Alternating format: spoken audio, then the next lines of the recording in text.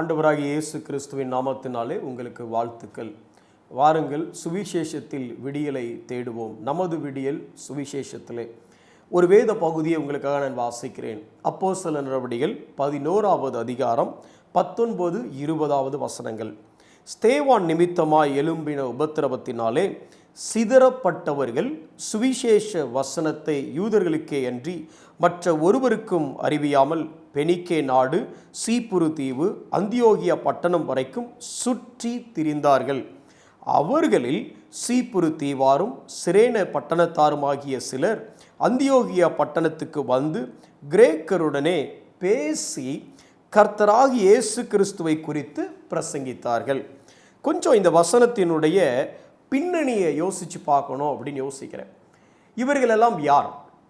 ஒருவேளை மற்ற பட்டணங்களிலிருந்து, மற்ற தேசங்களிலிருந்து எருசலேமுக்கு வந்திருக்கணும். வந்தவங்க சுவிசேஷத்தை கேட்டிருக்கணும்.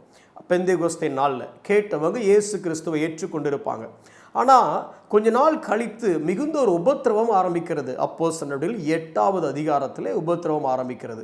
இந்த ஸ்தேவான் நிமித்தம் உண்டு பண்ணுற உபத்திரவத்தின் நிமித்தமாக சிதறடிக்கப்படுகிறார்கள். இவர்களை குறித்து வசனம் சொல்லும் பொழுது ஸ்தேவான் நிமித்தம் உண்டான உபத்திரவத்தினாலே சிதறடிக்கப்பட்டவர்கள், 2வது சுற்றி திரிகிறவர்கள். அப்போ நல்லா நீங்கள் கவனித்து பாருங்கள். இவங்க எந்த ஊருக்கு வந்தாங்கன்னா அங்கேருந்து அந்தியோகிய பட்டணத்துக்கு வந்தாங்க. இந்த அந்தியோகிய பட்டணத்தை பற்றி நீங்கள் பார்க்கும் பொழுது இது கிட்டத்தட்ட எருசலேமிலிருந்து ஒரு 300 மைல் தொலைவில் இருந்திருக்கணும். 2வது, இந்த அந்தியோகிய பட்டணம் கலாச்சார சீரழிவுக்கு பெயர் பெற்றது. இன்னும் சொல்லப்போனால் மோசமான தெய்வ வழிபாடுகளுக்கு பெயர் பெற்றது. கலாச்சார சீரழிவு மாற்றமல்ல, ஒழுக்க கேடு நிறைந்த பழக்க வழக்கங்களை கொண்ட ஒரு ஊர் அந்தியோகியா. மொத்த ரோம சாம்ராஜ்யத்தில் இருந்த பட்டணங்களில் 1வது பட்டணம் ரோம், 2வது பெரிய பட்டணம் அலெக்சாந்திரியா என்று வைத்து கொண்டால் 3வது பெரிய வியாபாரத்தில் சிறந்த ஒரு பட்டணம் இந்த அந்தியோகியா பட்டணம். இந்த பட்டணத்துக்கு இவர்கள் ஓடி வராங்க. இப்போ ஓடி வரக்கூடியவங்க ஏற்கனவே இந்த பட்டணத்தில் யூதர்களுக்கு விரோதமான கலவரமும் ஒழுக்க சீர்கேடான காரியங்களும், இன்னும் சொல்ல முடியாத அளவுக்கு கேவலமான ஒழுக்கக்கேடுகள் நிறைந்த ஒரு ஊர் இந்த ஊர். ஒரு சின்ன ஒரு துணுக்கு சொல்கிற பாருங்களேன். இந்த ஊரை குறித்து ஒரு கார்ட்டூனிஸ்ட் இப்படி வர்ணிக்கிறாங்க. எப்படி வர்ணிக்கிறாங்கன்னா, அந்தியோகியா பட்டணத்தினுடைய சாக்கடையின் நாற்றம் ரோம் வரைக்கும் வருகிறது. அதாவது என்ன அர்த்தம் அப்படின்னா, உங்கள் நாத்தம் இங்கே வரைக்கும் வருதுடா, அவ்வளோ கேவலமானவங்க நீங்கள் அப்படின்னு சொல்லக்கூடிய ஒரு பட்டணம். இந்த பட்டணத்துக்கு இவங்க ஓடி வர்றாங்க. கொஞ்சம் யோசிச்சு பாருங்க. சுவிசேஷத்தை இவங்க பிரசங்கிக்கிறாங்க. இங்கே இன்னைக்கு நாம சுவிசேஷத்தை பிரசங்கிக்கிறோம். கண்ணீரா, கவலையா, கடன் பிரச்சனையா, திருமணம் ஆகவில்லையா, பண பிரச்சனையா, வியாதியா, பில்லி சூனியமா, நீங்கள் இயேசுவினிடத்தில் வாருங்கள். இதுதான் நம்ம இன்னைக்கு போடக்கூடிய டைட்டில் கார்டு. எதற்கு? சுவிசேஷ பிரகடனத்திற்கு. இதே நிகழ்ச்சியை இவர்களோடு ஒப்பிட்டு பார்க்கலாமே. அந்தியோகியா பட்டணத்தில் இருக்கிறவன் வியாபாரத்தில் நல்லா இருக்கிறான். அவனுக்கு பண பிரச்சனை இல்லை, ஏன்னா அவன் செட்டிலாக இருக்கிறான்.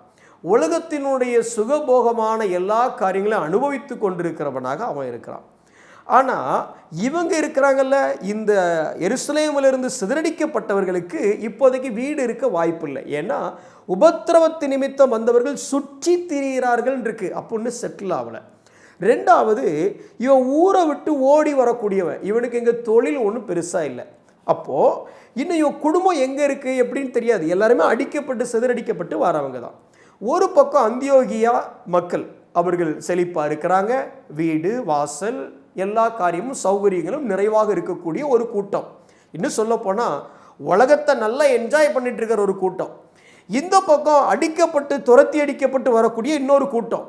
இப்போ யார் பேச்சை யார் கேட்டாங்கிறது தான் முக்கியம். இப்போ நல்லா கவனித்து பாருங்கள். பொதுவாக உலகத்தில் இந்த உலகத்தின் செழிப்பை அனுபவித்து கொண்டிருக்கிற இவங்க சொல்கிறதான் சிதறடிக்கப்பட்டு ஓடி வரக்கூடிய இவங்க கேட்டிருக்கணும்.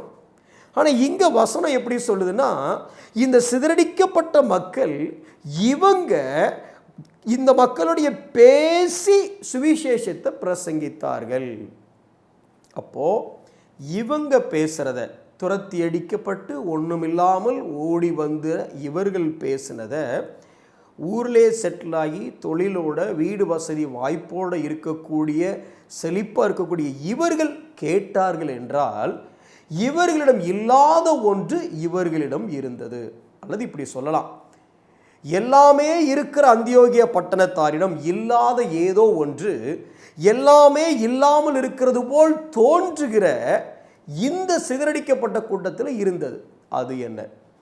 இன்றைக்கி நாம் பிரசங்கிக்கிற சுவிசேஷம் கஷ்டப்படுறவங்களுக்கு, கடன் பிரச்சனையில் இருக்கிறவங்களுக்கு, வியாதியாக இருக்கிறவங்களுக்கு, இவர்களுக்கு மாத்திரம்தான் சுவிசேஷம் அப்படின்னா இந்த இடத்துல அந்த சுவிசேஷத்தை பிரசங்கித்திருக்கவே முடியாது.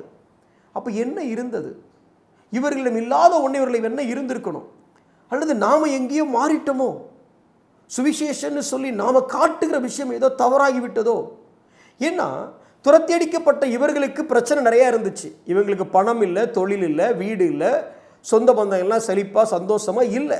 ஆனால் இவங்க எல்லாமே இருந்தாங்க. ஆனால் இவர்கள் பேசினாங்க. இவங்க என்ன பேசியிருப்பாங்க?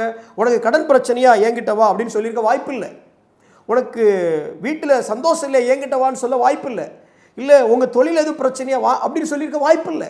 அப்படி சொல்லியிருந்தா, டேய் உனக்கே வேலை இல்லை, உனக்கே கடன் பிரச்சனை, நீ என்கிட்ட கேட்குறியான்னு சொல்லியிருப்பாங்க. அப்போ ஏதோ ஒன்று இவர்களிடம் இல்லாத ஒன்று அவர்களிடம் இருந்தது. அது என்ன? யோசித்து பார்த்துருக்கீங்களா? யோசிப்போம். மேபி பாவ மன்னிப்பு, சமாதானம், சந்தோஷம், விட்டு கொடுத்தல், அன்பு, தயவு, நற்குணம், இதை போன்ற நிறைய காரியங்கள் இவர்களிடம் இல்லாத காரியங்கள் இவர்களிடம் இருந்தது. இன்னும் சொல்லப்போனால் ரொம்ப குறிப்பாக சொல்லணும் அப்படின்னா, இந்த மொத்த உலகமும் பாவம்ங்கிற ஒரு பெரிய பிரச்சனையில் மாட்டிக்கிட்டு இருக்கும் பொழுது அந்த பாவம்ங்கிற பெரிய பிரச்சனையிலிருந்து இவங்கள் மீட்டெடுக்கப்பட்டவர்களாக இருந்ததுனால இவர்கள் நாங்கள் விரும்பாததையே செய்து கொண்டிருக்கிறோம், நாங்கள் விரும்புகிறதை செய்ய முடியலேன்னு தவிக்கும் பொழுது இந்த சிதறடிக்கப்பட்ட வந்த கூட்டம் எப்படி இருந்துச்சு தெரியுமா? ஒருவேளை உங்ககிட்ட இருக்கிற பணம், ஆஸ்தி, பொருள் இதெல்லாம் என்கிட்ட இல்லாமல் இருக்கலாம். ஆனால் மிகப்பெரிய பிரச்சனை, நீ தவிச்சுக்கிட்டு இருக்கிற பற்றியா, நான் விரும்பினதை செய்யாமல் விரும்பாததையே செய்கிறேன், நான் செய்யலை, எனக்குள்ள இருக்கிற பாவமே அப்படி செய்து என்னால் இதை விட்டு வெளில வர முடியலை, நீ தவிக்கிற பற்றியா, அந்த அடிமைத்தனம் என்னிடத்தில் இல்லை, அந்த அடிமைத்தனத்திலிருந்து உனக்கு ஒரு விடுதலை வேணும்னா நீ என்கிட்ட வா அப்படின்னு சொல்லி இவங்க பேசி சுவிசேஷத்தை பிரசங்கித்தார்கள். இன்னைக்கு நாம் எப்படி சுவிசேஷத்தை பிரசங்கிக்கிறோம்? இல்லை நம்ம இந்த பாவத்தை குறித்து பேசுகிறோமா?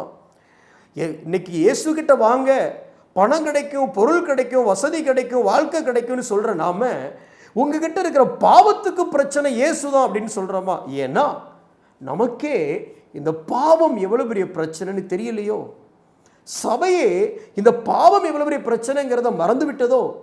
யோசிச்சு பார்ப்போம். பாவ மன்னிப்பு எல்லாவற்றிற்கும் மேலான பிரதானமான ஆசீர்வாதம். தேவன் நமக்கு அதை கிருபையாய் தந்திருக்கிறார். செபிப்போம். அன்புள்ள ஆண்டவரே, உம்முடைய குமாரனை நீர் நொறுக்க சித்தமானீர் என்று வேதம் சொல்லுகிறது. எங்களுக்காக, சிநேகிதருக்காக அல்ல, உமக்கு எதிராய் நின்று கொண்டிருந்த எங்களுக்காக நீர் உம்முடைய குமாரனை நொறுக்க சித்தமானீர். ஆண்டவரே, நீர் தந்த இந்த மீட்பிற்காக நன்றி செலுத்துகிறோம்.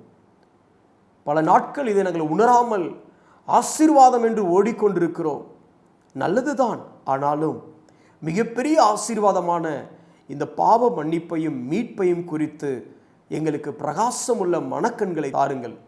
இதை புரிந்து கொள்ள எங்களுக்கு உதவி செய்யுங்க ஆண்டவரே. உம்முடைய அன்பை இதன் மூலமாக மற்றவர்களுக்கு நாங்கள் எங்கள் வாழ்க்கையின் மூலமாக, வார்த்தையினால் மாத்திரமல்ல, எங்கள் வாழ்க்கையின் மூலமாக வெளிப்படுத்த கிருபை செய்யும். இயேசுவின் நாமத்தில் ஜெபிக்கிறோம் நல்ல பிதாவே, ஆமென்.